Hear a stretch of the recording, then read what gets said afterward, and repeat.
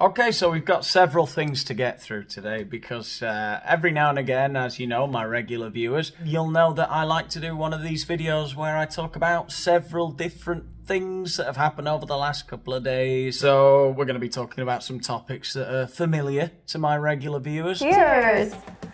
Toast with our toast. And some that are not so familiar. Yep, that's me. You're probably wondering how I got here. But as always, all of the topics we discuss in today's video are going to be just as absolutely, thoroughly lovely as everything that's discussed on the Daniel Boland show. So remember that if at any point you're thinking, you know what, I like this video, well, why don't you tell the algorithm that by clicking the like button? And subscribing, why the hell not, you know? It seems like we're taking the scenic route to 100,000 subscribers, but more importantly than that, is clicking the notification bells, because YouTube doesn't know what you like, okay? They think they know, but you need to tell them, I like Daniel Boland, I want to see what he's doing.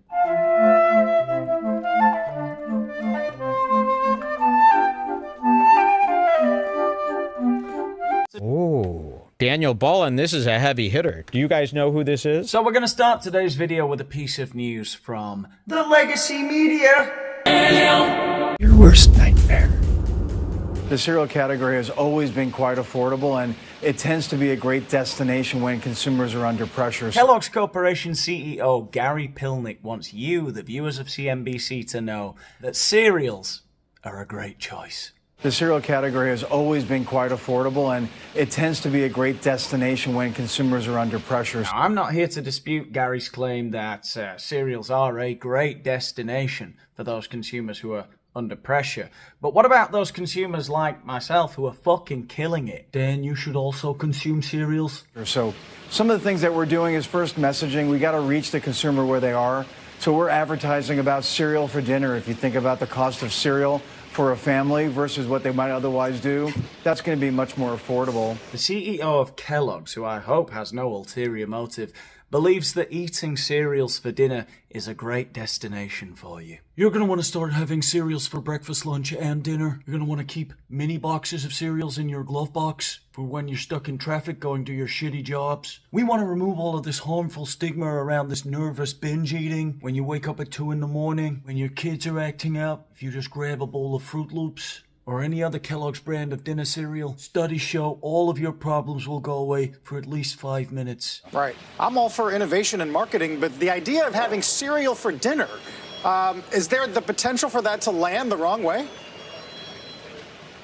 We don't think so. In fact, it's landing really well right now, Carl. When we look at all of our data, of course, we would know that breakfast cereal is the #1 choice for in-home consumption. We understand that for breakfast. It turns out that over 25% of our consumption is outside the breakfast occasion. Now, I don't want to get all conspiratorial and whatnot, but, well, in my opinion, anyone who is not a shape-shifting lizard would never refer to breakfast as the breakfast occasion. I don't know, maybe all of the humanity got sucked out of Gary working on Wall Street in the brutal 1980s where he cut his teeth. Just imagine how many friends and family he's betrayed, how many slain enemies lie in his wake. I've killed a lot of people. Some escort girls in an apartment uptown. Some homeless people, maybe 5 or 10.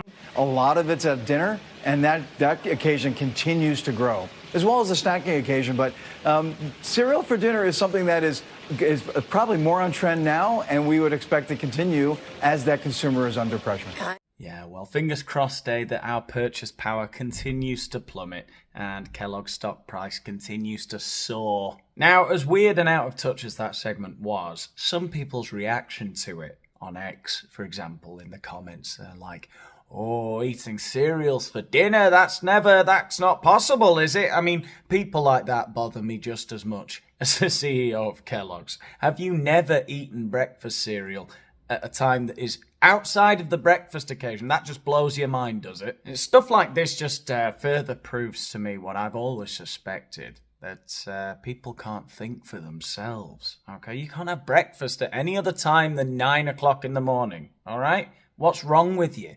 It's like when I get all battered at a family occasion, a baptism or whatever, some kid's communion, And everyone's like, oh, he's crazy, he's out of control.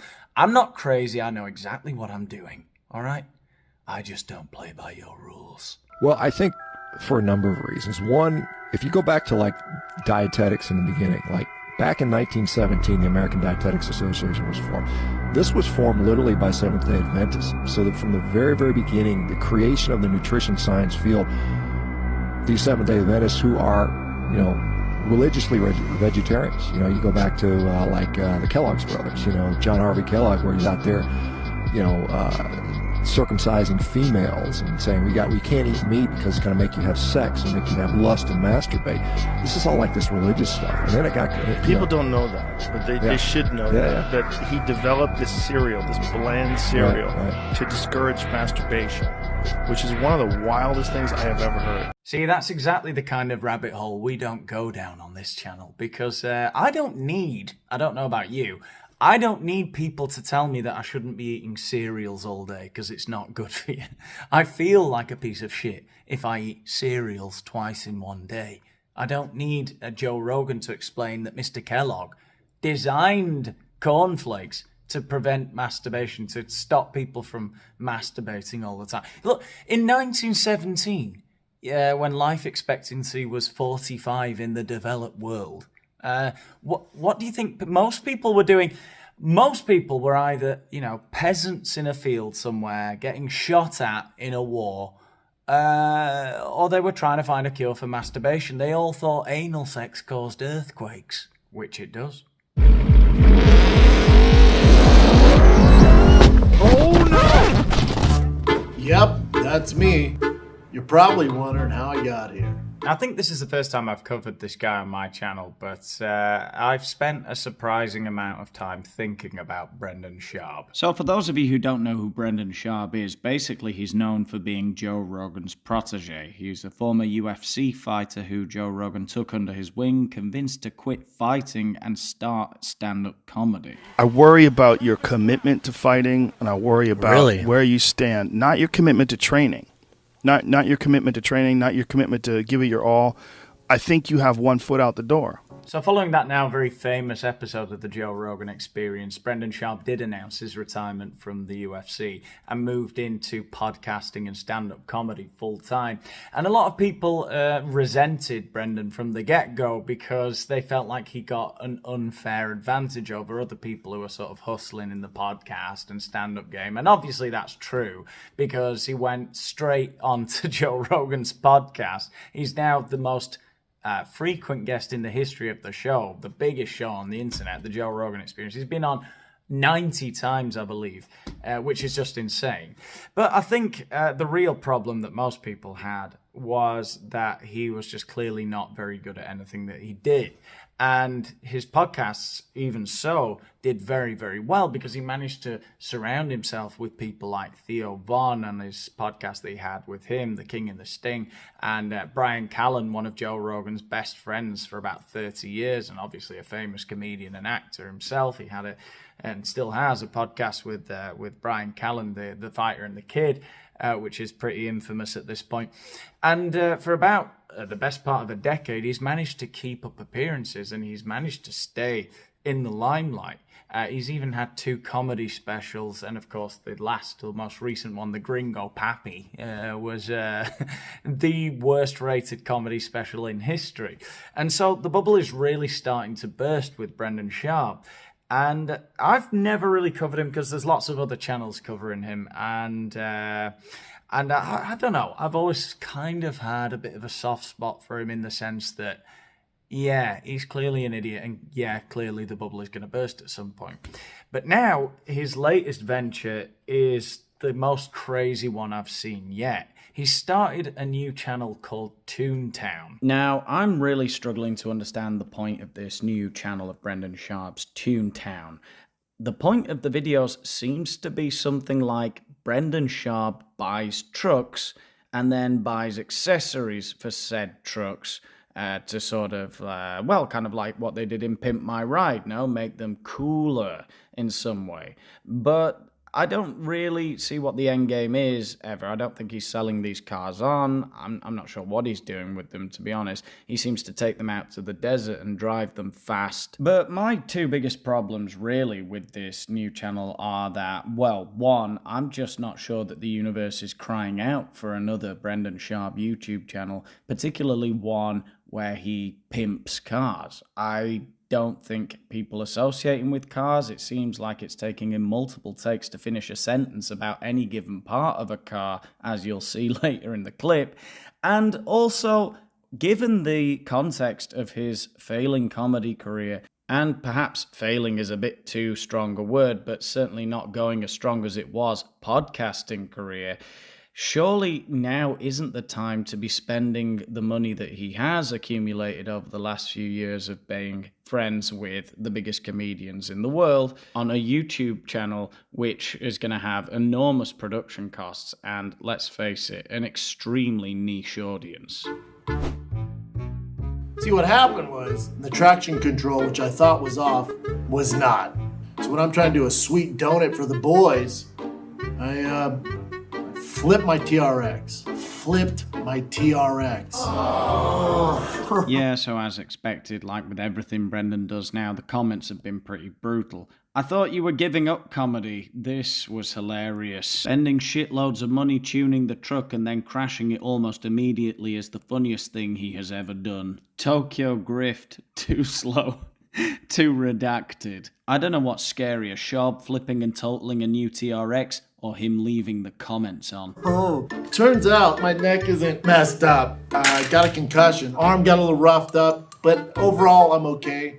Bad news is my truck's not. It's totaled. The editing and sound effects are also very cringe. I don't know who's doing that for him because I don't think it's Brendan. But anyway, it's all very odd. But before I ruined my truck, I got some pretty sweet mods done. It was at King Shocks with a full suspension kit. My boy Alex and Motoroso installed the Alcon brakes. So don't go anywhere yet. We have a pretty sweet episode for you. Let's get into it.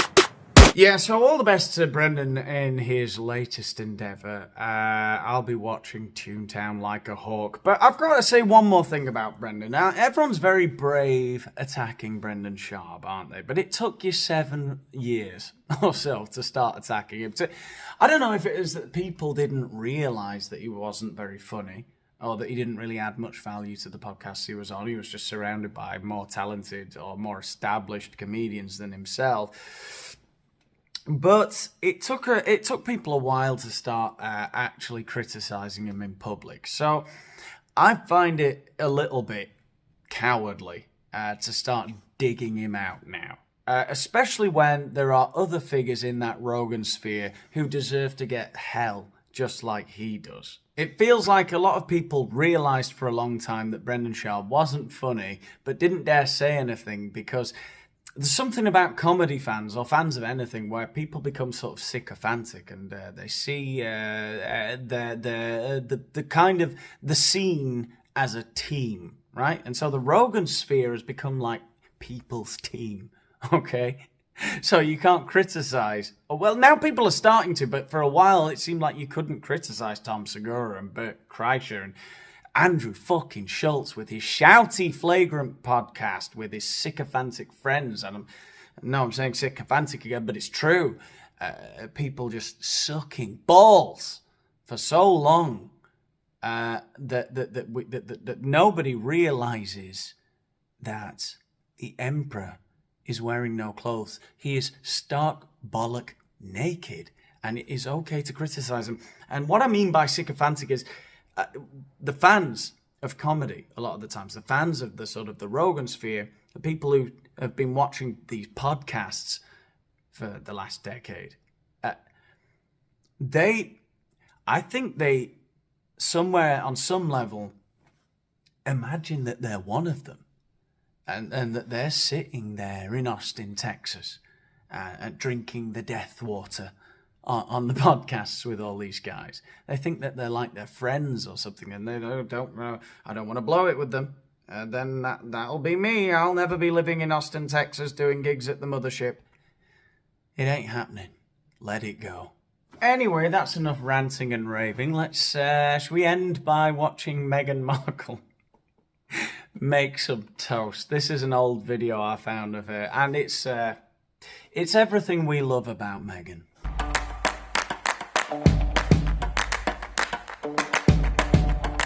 Hi, I'm Rachel, and I'm in the kitchen today for the latest edition of Cooking with Flair, the series where we cook the runway. And today I'm cooking with Meghan Markle, the star of the hit TV show Suits and the founder of the lifestyle blog The Tig. Oh, what sweet memories. Meghan Markle's blog, The Tig, the precursor to Archetypes. Oh, wow. So today we're making toast, a very fancy version of toast. Yes, yes, yes. Yes, it is. But it doesn't have to feel overwhelming. Yes, whatever you do, don't get overwhelmed by the making of the toast. My word, it must have been a rough upbringing, Meghan. Like fancy, I think sometimes people feel like that's really daunting, but it's not. It's just trying to find a way to add an extra twist to make something that's ordinary a little bit more extraordinary. You know, I get loads of comments on my videos whenever I let Meghan speak saying, I can't bear the sound of her voice. Like, to me, you people are crazy. She is absolutely and completely unintentionally hilarious. Who says shit like that? She's making fancy toast, but don't get overwhelmed by the toast. Don't get overwhelmed by the toast. Fancy is just a way of making something ordinary a little bit extraordinary. What the fuck is she even saying? I can't believe that I could listen to her all day, every day.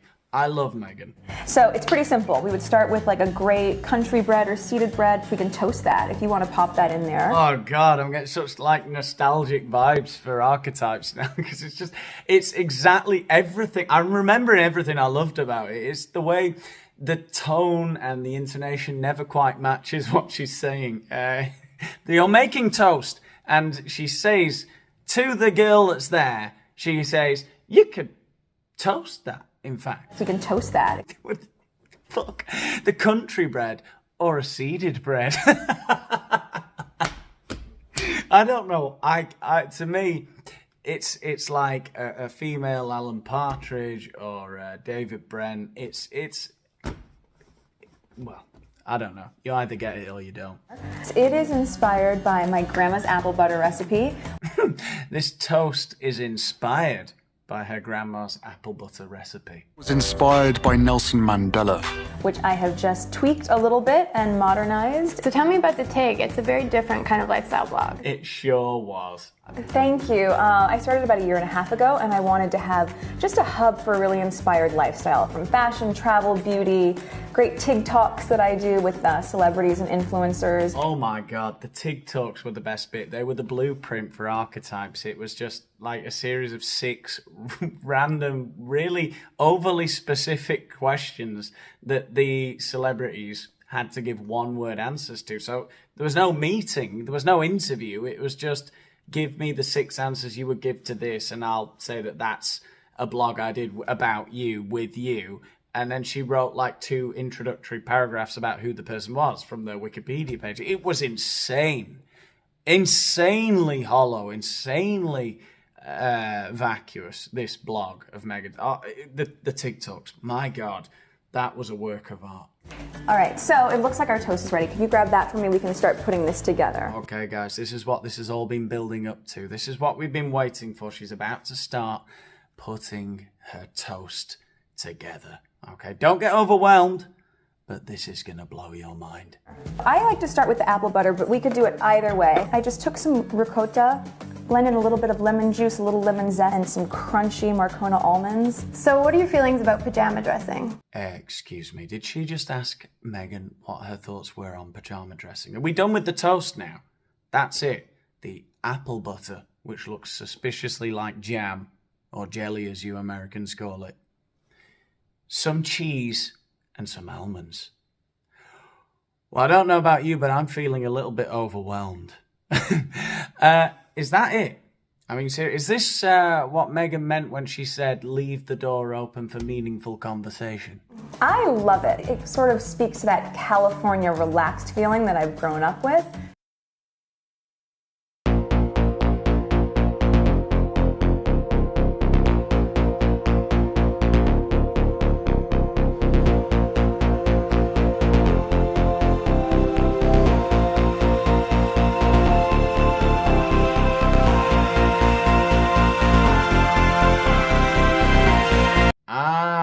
pajama dressing.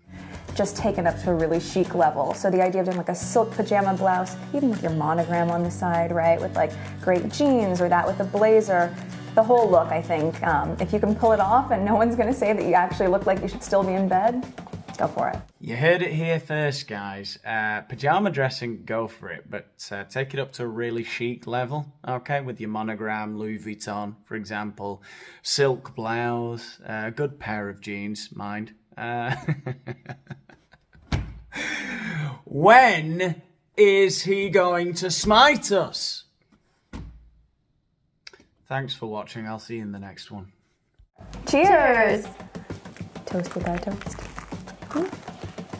It's really good.